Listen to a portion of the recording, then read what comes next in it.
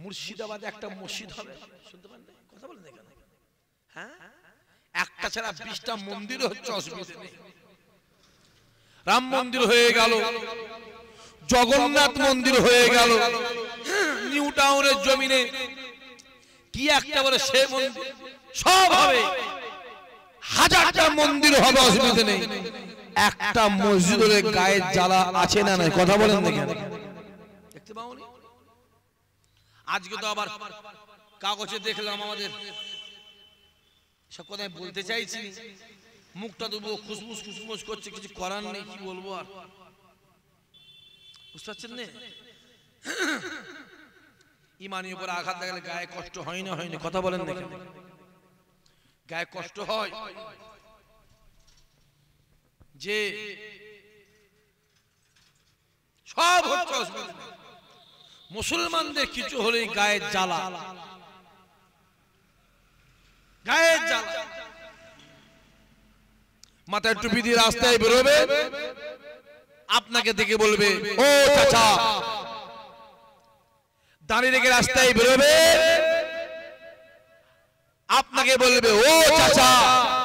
তাহলে আমার প্রশ্ন আছে একটা, টুপি দাঁড়ি দেখলে যদি চাচা হয়, তাহলে ভারতের প্রধানমন্ত্রী মিস্টার নরেন্দ্র মোদীর মুখে দাঁড়িয়ে আছে না নাই, জোরে বলে, উনি তাহলে কত নম্বর চাচা?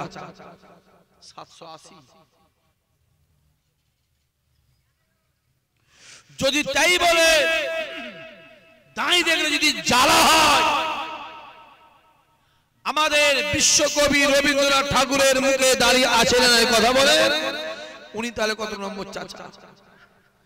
অনেক সমস্যা আছে, নিউ টাউনের জমিনে চলে যাও, খবর নেবে, যাও এখান থেকে কাছাকাছি, কোন মুসলমানকে জমি বিক্রি হবে না, কোন মুসলমানকে ফ্ল্যাট বিক্রি করতে দেওয়া হবে না, যে যাও খবর লিখে যাও। আমি আপনাকে একটা একটা করে কমপ্লেক্সের নাম আপনাকে বলে দিতে পারি, আমি মোবাইলে দেখেছি, আমি দেখেছি মোবাইলে, আর সব ছিল না, এসব হয়ে গেল বাবা। আজ থেকে 20 বছর আগে, 25 বছর আগে আমাদের মধ্যে এসব ছিল না। কে হিন্দু, কে মুসলমান, কে খ্রিস্টান, কে জৈন আমরা জানতাম। মুসলমানের দোকানে হিন্দুরা বসে চা খেত, হিন্দুর দোকানে মুসলমানরা বসে চা খেত, ঠিক বলছেন ভুল বলছি, কথা বলেন না কেন? যে এখনো কিছু কিছু জায়গায় আছে, আছে জায়গায় জলসায় মাইকটা দেবে কে হরিপদ, আর প্যান্ডেলটা দেবে কে মহাদেব, আছে না? কথা বলে, এখনো আছে, এখনো আছে। আল্লাহ আমাদের হেফাজত করে। যত দিন যাচ্ছে পশ্চিম বাংলার অবস্থা খারাপের দিকে যাচ্ছে না ভালোর দিকে আসছে? খারাপের দিকে যাচ্ছে। একটা মসজিদ হবে মুর্শিদাবাদে, তাকেও শুরু হয়ে গেল ঝামেলা, ঠিক বলছেন ভুল বলছি, কথা বলেন না কেন? আপনি খবর নেন, খবর নেন। এই বিবি রায়ের ঘাটে যে মসজিদ আছে, আমি জানি না ঠিক মতন, আমার মনে হয় এই মসজিদ করতে গিয়েও অনেক বাধার সম্মুখীন হতে হয়েছিল, হয় না? কথা বলে, সে যে কেউ হতে, আমি বাধা দিতে পারি, আপনি পারেন, ও পারেন, কিছু করার নেই। কুরুল এখন গাছ কাটছে, কুরুল গাছ কাটছে, গাছ বলছে কুরুল কাটছে লাগছে আমার, কুরুল পিছনটাকে ঘুরিয়ে দেবো যে আমি তোকে কাটিয়ে দেখ, আমার পিছনে তোর জাত ভাই ঢুকে বসে আছে। মুসলমান তখন ফুটবল হয়ে গেছে, ফুটবল, ফুটবল, ফুটবল। 11টা করে 22টা প্লেয়ার দুদিকে দাঁড়িয়ে গেল, মাঝখানে রেফারি বলটাকে নিয়ে চুমু খেয়ে বলটা সেন্টারে রাখলো। বল বলছে লোকটা খুব ভালো তো, আমায় চুমু খাচ্ছে। তারপরে রেফারি যখন টুক করে বাঁশি দিল, বল এর পায়ে ওর পায়ে ওর পায়ে যাচ্ছে না যায় না, কথা বল, কথা বলে না কেন? বল বলছে চুমু খেলো, আবার এই এখন লাথি মারছে। টুকটাক করে লাথি খেতে বল চলে গেল গোলকিপারের কাছে। গোলকিপার কি করলো? বলটাকে জোরে বলে বুকে করে ধরেছে, ধরে চুমু খাচ্ছে।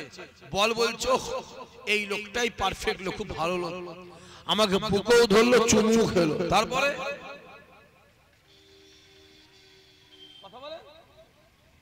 ঝেড়ে মেরেছে লাথি। বলবো যে যত চুমু খাই সে তত জোরে মারে। আমার কথা বোঝা যাচ্ছে কি বলেছি? এই কথা বোঝা যাচ্ছে? জ্ঞানী যারা বোঝে তারা শুধু ইশারা। দেখতে পাওনি কি চলছে আমাদের পর? আমাদের আল্লাহ পাক আমাদের সুবুদ্ধি দেন, আল্লাহ আমাদের হেফাজত করেন। যুবক ছেলেগুলোকে বলবো, বাপ বালিশে মাথায় দিয়ে চিন্তা করো। আগে মাথায় টুপি দিয়ে রাস্তায় বেরোলে প্রবলেম হতো না।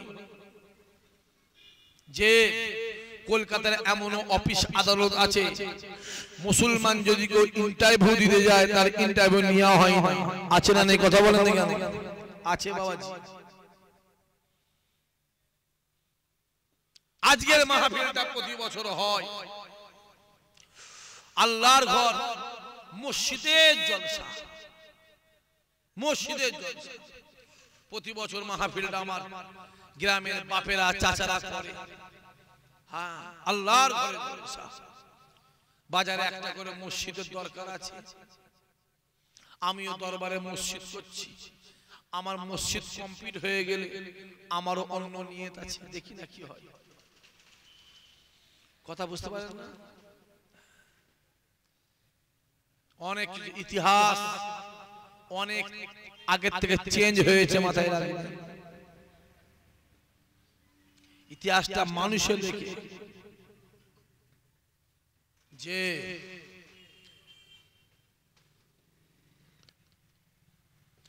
আল্লাহ নবী আমার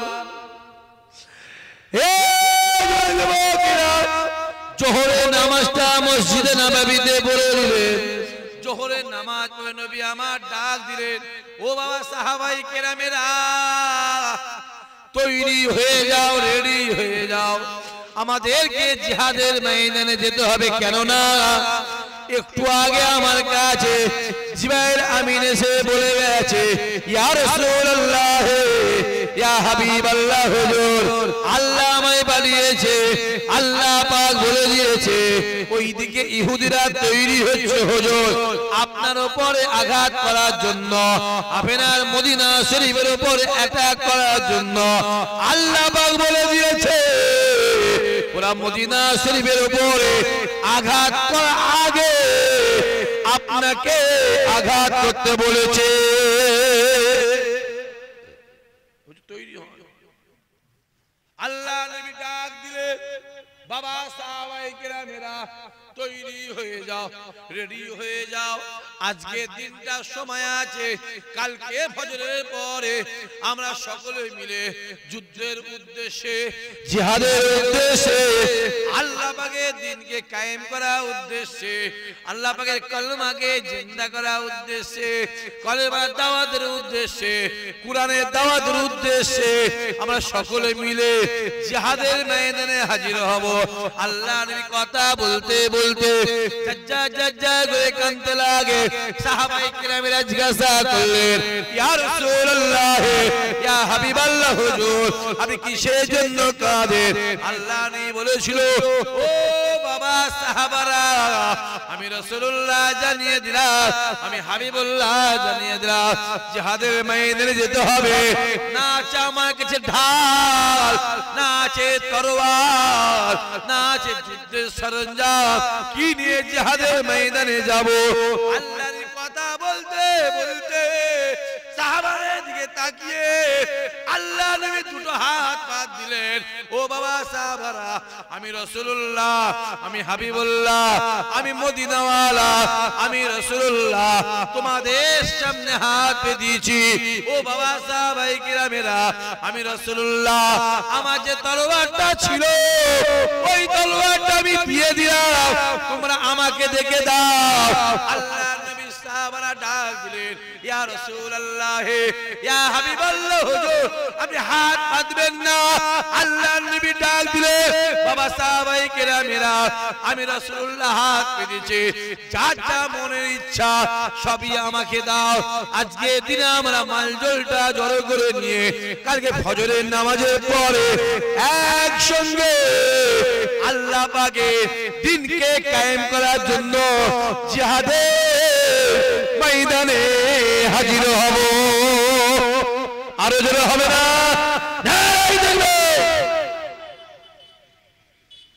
দাও। মদিনাওয়ালা হাত পেতেছে, রাসূলুল্লাহ হাত পেতেছে, দিন ও দুনিয়ার বাদশা হাত পেতেছে। আমার নবী যখন দিন ও দুনিয়ার বাদশা ছিলেন, রাসূলুল্লাহ হাত পেতেছে। দাও, যার যেমন ইচ্ছা সে দাও। তোমাদের মালজল ডালে জিহাদের ময়দানে যাও, যুদ্ধের ময়দানে।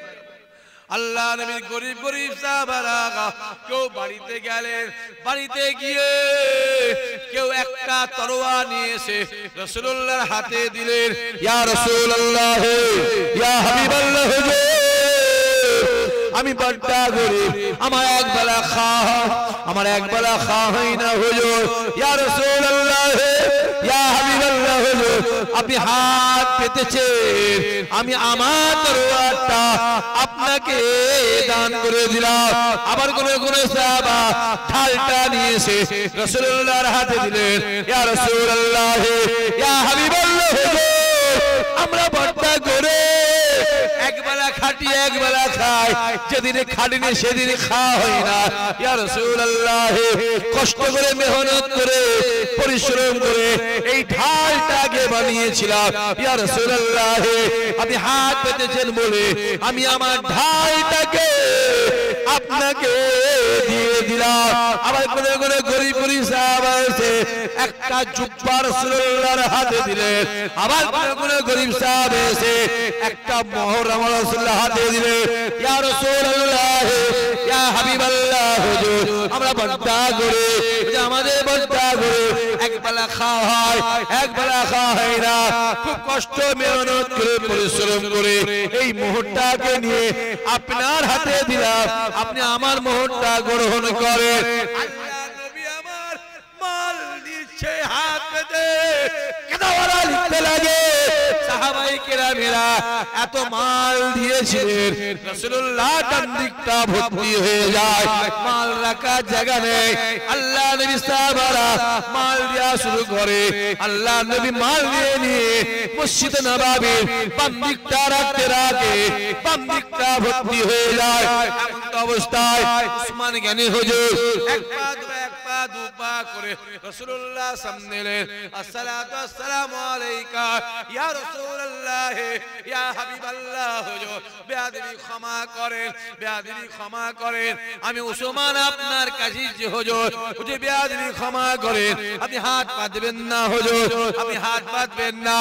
আল্লাহ পাক আপনাকে দুনিয়ার বাদশা করেছে, আপনি দুনিয়ার বাদশা, আপনি হাত পাতবেন না হুজুর, আপনি হাত বন্ধ করে যে যার মাল সে তারকে ফেরত দিয়ে দেন। কেউ আপনাকে মোহর দিয়েছে, কেউ আপনাকে তরোয়ার দিয়েছে, কেউ আপনাকে ঢাল দিয়েছে, কেউ আপনাকে টাকা পয়সা দিয়েছে।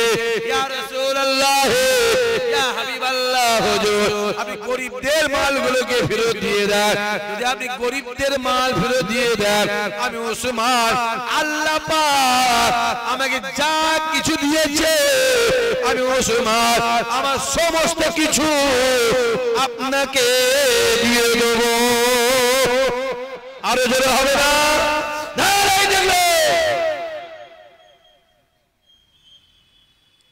এত গাড়ি চলছে কেন আজকে?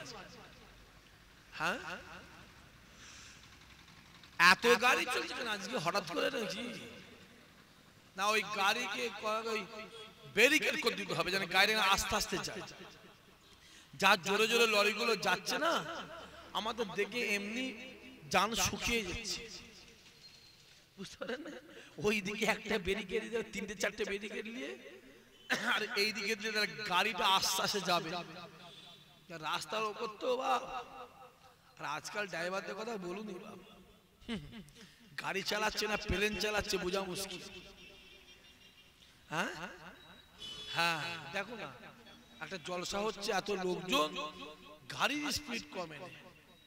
হ্যাঁ গাড়ি স্পিড কত জোরে জোরে যাচ্ছে, অনেক সমস্যা আছে। আল্লাহ না করুক যদি কিছু হয় বলে ইসাক ভাই জলসা করছিল, এই হয়েছে। কথা বুঝতে পারেন না?